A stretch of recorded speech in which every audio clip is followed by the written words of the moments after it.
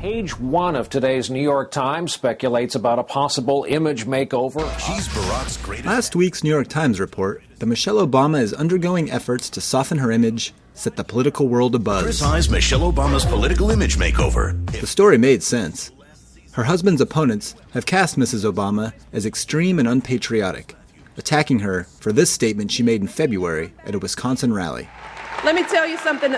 For the first time in my adult lifetime, I'm really proud of my country. But is it true? A comparison of Mrs. Obama's public events following the New York Times report with her dozens of speeches and appearances during the Democratic primary reveal that the so-called Michelle makeover is more myth than reality. While her image may be undergoing small tweaks in tone and style, for the most part, her words have not changed. Special guest co-host, who actually could be the next First Lady of the United States of America, Michelle Obama! Take Mrs. Obama's much-discussed appearance on the ABC morning talk show The View.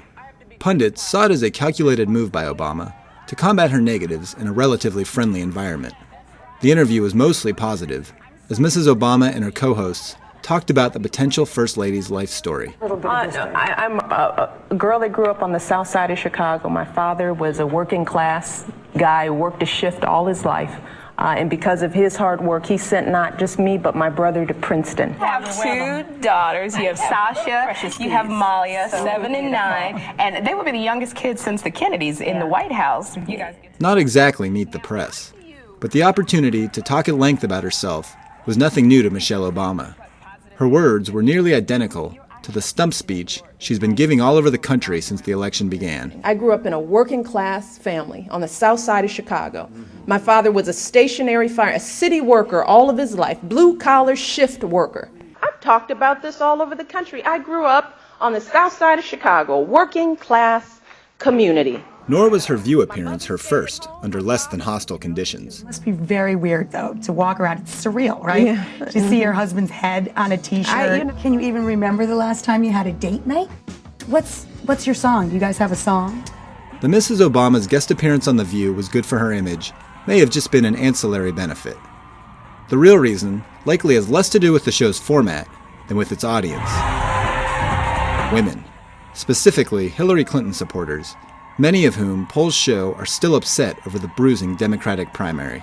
Whether it's extending family and medical leave. In fact, Michelle Obama's other recent appearance at the annual lunch for the National Partnership for Women and Families in Washington, D.C., shows the evolution may not be in what Mrs. Obama is saying, but rather where and to whom she is saying it.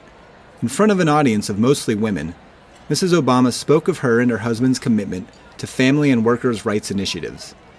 And of course, she spoke of her own experience as a working mother. Now, I've always been, and will probably always be in some way, shape, or form, a working mom. I used to get up in the morning and go to an office. Now I get up and go to a plane, stand before thousands of people. The speech only lasted 7 minutes, and much of the content she had said before. But to many of the women in the audience, Mrs. Obama's story was new to them. I didn't know anything really about her at all. From what I learned about her today, I'm very impressed. I think she's an incredibly strong woman, and she believes in the things that the partnership believes in, and she's very supportive of the partnership. And I just hope that it goes, all the way to the White House. So in the end, if Michelle Obama did not break any new rhetorical ground in the past week, it may be because she was too busy building new bridges.